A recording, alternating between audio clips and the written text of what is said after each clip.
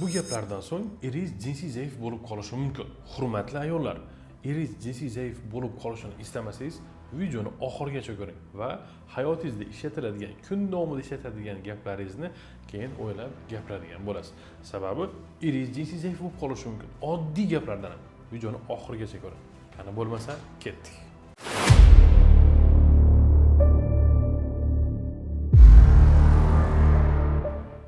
Assalomu alaykum Mr. va Miss obunachilarim, yaxshimisizlar? Sog'lig'ingiz yaxshimi?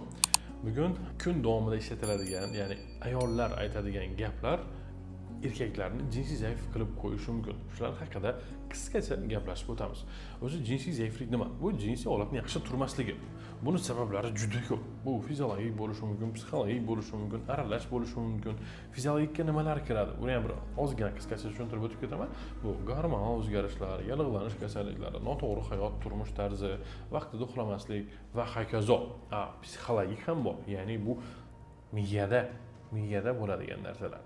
Ya'ni siz aytayotgan gaplar yoki stress ishdagi bular ham jinsiy zaiflikka olib kelishi mumkin. Ko'pchilik bemorlarim kelishadi, mana jinsiy zaiflik bilan kelishadi, tekshiramiz, so'rab surishtiramiz. Bemor analizlari top-toza chiqadi, lekin bemorda jinsiy zaiflik bor.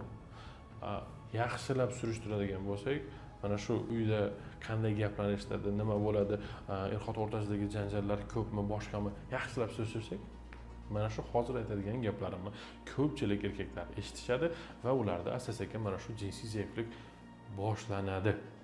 Hozir birinchi eng ko'p aytadigan gap, ya'ni erkaklarga yoqmaydigan, erkaklarni kerak bo'lsa jinsiy zaiflikka olib keladigan gap bu tergov. Qayerdasiz, qachon kelasiz, kim bilansiz, nimaga kelmadingiz, nimaga kech keldingiz, nimaga erta keldingiz.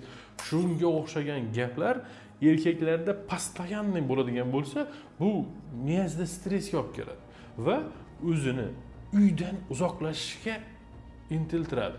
Uyga borishga yoqmaydi. Sababi qayerdasiz, nimaga kelmadingiz degan gaplar mana shu yerda o'tib ketadi. Sababi u ishida charchab keldi, ishida stress yetadi, ishidagi muammosi. Uyga kelganda yana keyin nimaga uni siz tergashingiz kerak. Ko'pchilik mana bemorlardan aytilayotgan gaplar, bemorlar menga aytayotgan gaplar. Buni shuning uchun sizlarga aytyapman, hurmatli ayollar. Ko'pchilik erkaklar ham aytadi, jonimga tegdirib yuboradi deydi, jonimni o'tkazib yuboradi deydi.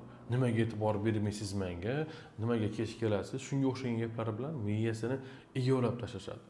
Keyingisi mana erkaklar ayolini jinsiy aloqaga chaqirgan payti charchadim, vaqtim yo'q, bolalar uxlasin, bugun yoqmayapti, ertaga, indinga shunga o'xshagan gaplar bu ham kres qo'yadi.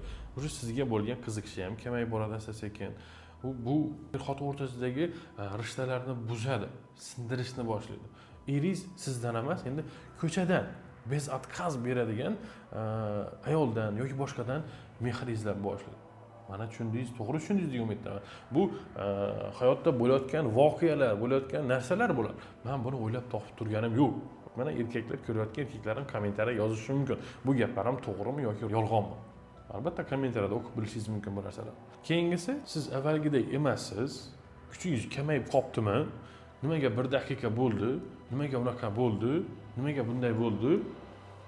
Avval yaxshi edingiz, hozir pasayibdi degan gaplar ham erkakka battar psixologik stress olib keladi. U o'ylanishni boshlaydi. Nimaga unaqa bo'lib qoldim rostdan ham deb u battar stressga tushadi. To'g'ri, bu gapni aytish kerak, lekin aloqa payti emas, aloqadan keyin emas. Ertasi kuni hamma narsa o'z normaga joyiga tushgandan keyin qorinni to'yg'azib, asta keyin gaplashib olish kerak. Masalan, eringizga borib bir ozgina gaplashib olsak bo'ladimi? Bir ozgina doktorga ko'rinib olmaysizmi? Ozgina sizda o'zgarishlar sezdim deb buni to'g'ri tushuntirsa, u tushunadi. Lekin aloqa payti nimaga 1 daqiqa bo'lib qoldi? Nimaga unday bo'ldi? Avvalgidek kuchingiz yo'q-ku, nima bunday bo'ldi degan gapni aloqa payti eshitadigan bo'lsa, tamom, u momentalniy bu turish ham yotib qoladi. Xohlamay boshlaydi jinsiy aloqani. Xohishi ham tushib ketadi. Shuning uchun hurmatli ayollar, bunaqa gaplarni aytishdan oldin o'ylaning, shoshilmang. Hayotingiz o'zgarib ketishi mumkin. Eringiz ko'chadan uyga kirgisi kelmay qoladi keyin. Shuning uchun o'ylanib, har bir gapni o'ylanib gapiring, hurmatli ayollar. To'g'ri, bu gapim hozir qattiq botayotgan bo'lishi mumkin sizga, lekin bu rost gap. Bemorlarimni aytayotgan gaplarini men hammasini yig'inib sizlarga aytyapman bu narsalarni. Bu narsa masalan bir safar yaxshi turmagan bo'lishi mumkin yoki bir safar erta bo'shangan bo'lishi mumkin. Bu hamma vaqt ham shunaqa bo'ladi degani emas. Erkak mana ishdan charchab keldi, stressda keldi, boshqa bo'ldi. Shuni hisobiga ham bir marta kamayib qolgandir. Lekin ertasi yoki indiki kun normal bo'lib ketishi ham mumkin. Darhol uni yuziga solish yoki boshqa qilish shart emas. Hurmatli ayollar, hurmatli erkaklar, mana shu videoroliklarimiz sizlarga foydali bo'ldi degan umiddaman. Erkaklardan yana bir savol berib qolardim kommentariyaga. Yana qaysi so'zlar sizga yoqmaydi va sizni jinsiy zaiflikka olib kelishi mumkin? Kommentariyaga yozinglar, albatta bu juda qiziq.